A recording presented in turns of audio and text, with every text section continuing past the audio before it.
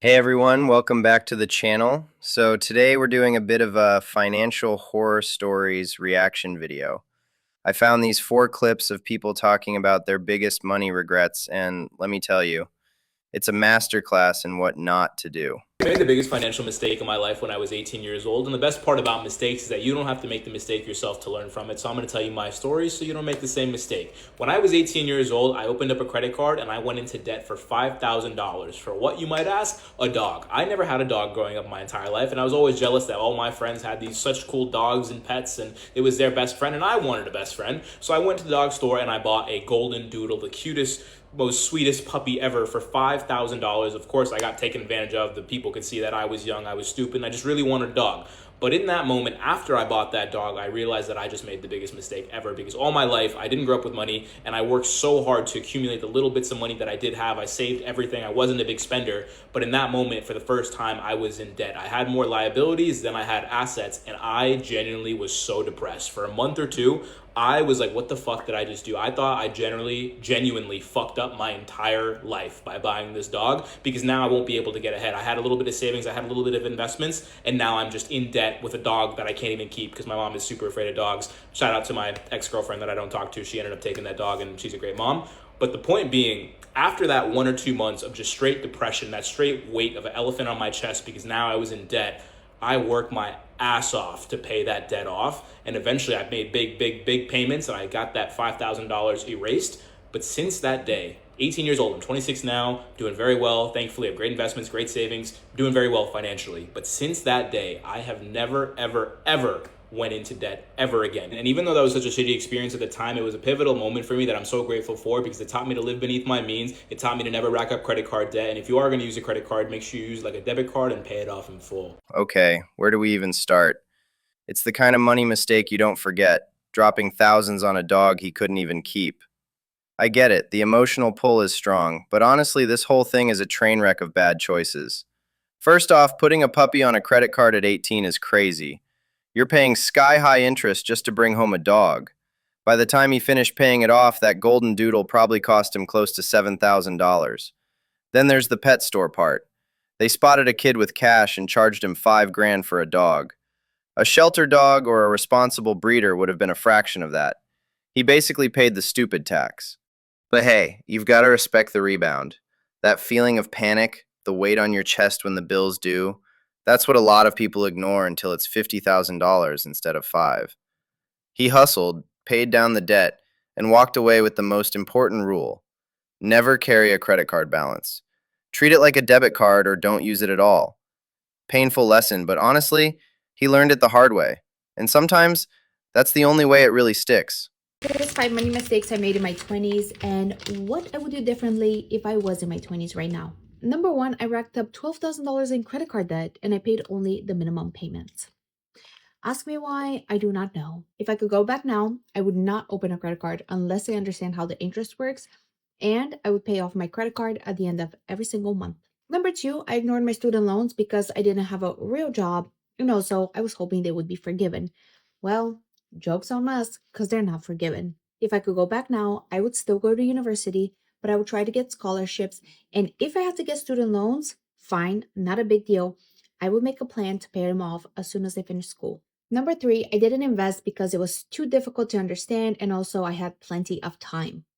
If I could go back now, obviously I would start investing sooner, but also I would not give myself so many excuses of like, it's so difficult, I don't understand it. Because yes, that is true, but with a little bit of effort, you can understand it. Number four, I moved out of my parents' house way too quickly when I had the option to stay. My relationship with my parents was not the best, but it was definitely nowhere near for me to have to leave, right? I spent so much money on rent and other stuff for housing that I just don't think it was worth it. And if I could go back, I would stay with my parents up until I finish university and until I find a good paying job. And number five, I feel like we've all done, but I just shopped entirely too much when I didn't have the money to be shopping.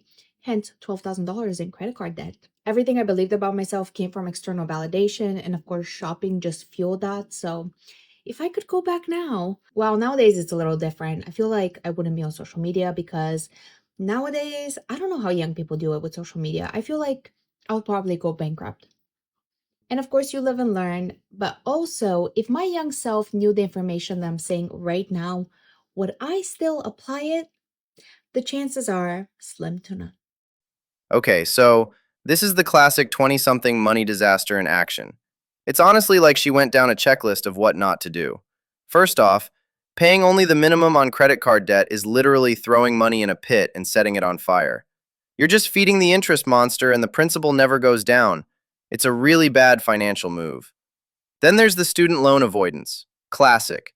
Out of sight, out of mind, until the forgiveness fairy doesn't show up and they've ballooned.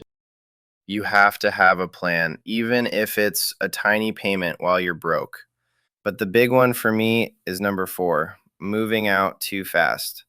This is the single biggest leverage point for young adults. If you have a non toxic home you can stay in, even for a year or two after school, the amount of money you can save or throw at debt is astronomical. Seriously. Instead of tossing rent money into the void, you could be building up savings or crushing your debt. She's right. Once that rent is gone, it's gone forever. Staying home for a bit is honestly a really smart decision. Some people say have no regrets, but I do. So let's talk about some of my biggest financial regrets in my early 20s. Number one is cashing out my 401k after I left every job. Now, your girl has 16 jobs. I know, that's a lot. But ultimately, had I rolled my 401k over, I would have been set by now. I would have had so much money stashed up for retirement. I'm just kind of mad about that. If I could go back in time, I would not do that. Speaking of jobs, number 2 is I wish I didn't stay at my job for more than 2 years, especially at that time. Now, I recognize that the economy is a little bit different now and it's harder to find a job. But back then, I was getting jobs left and right. So I hate that I stayed at such a low paying job for so long. That was kind of like a waste of years, or at least not try to move into a different position that paid more. I do agree with the people who say leave your job every 2 years unless you're like advancing at your company.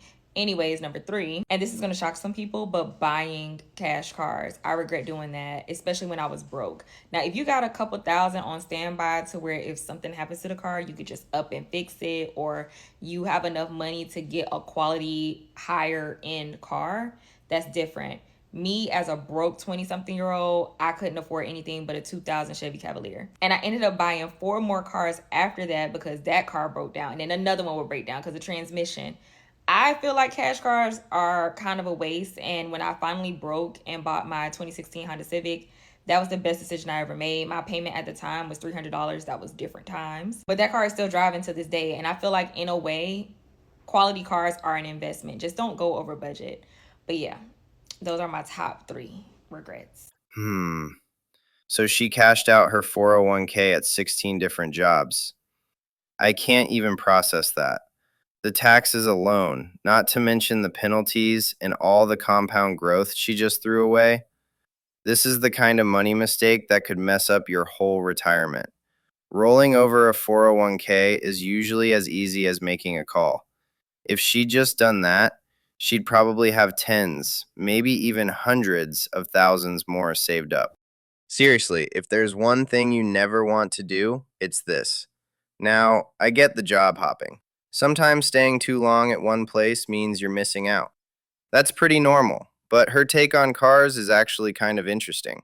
She regrets buying a bunch of cheap, junky cars with cash because they kept breaking down. I get it.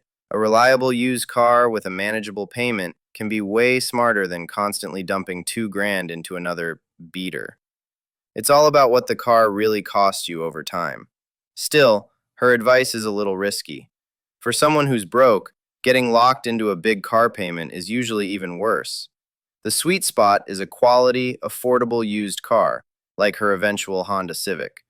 Don't hear car payment good, hear reliable transportation is worth budgeting for. Someone made a very expensive TFSA mistake. They opened a TFSA and has been transferring $600 into their TFSA for 5 years. And yes, they do have $36,000 saved up. But if they had used that money to invest in the stock market, they would have had around $45,000 instead. So that's around $9,000 that they could have had. I started investing again only 3 years ago after I sold all of my stocks to buy a condo, but I'm already up $15,000. Don't just save your money, make sure you're investing it. This last clip is a subtle but incredibly important mistake. In Canada, a TFSA, tax-free savings account, is one of the best tools ever created if you actually invest inside it. She did what a ton of people do. She just used it like a regular savings account and parked her cash. Saving $36,000 is no small feat, honestly. But if she'd put that money to work, even with a basic 6% return, she'd have about $45,000 instead. That's $9,000 gone just because she didn't hit the invest button. So, what's the bottom line after today's financial horror show? Credit cards aren't free money, they're just tools. Pay off your balance every month, no excuses. Don't ignore your debt. Student loans, credit cards, make a plan, even a tiny one. Your 401k/RRSP/TFSA is sacred. Never cash it out early. And for heaven's sake, invest the money inside it. If you have a good-ish home situation, stay there as long as you can. It's your biggest financial accelerator. The most expensive lessons are the ones you learn too late. But hey, you just got 4 of them for free. What was the most shocking mistake to you? Let me know in the comments. If you don't want to end up in a future reaction video, hit that subscribe button for more tips on how to actually keep your money. See you next time.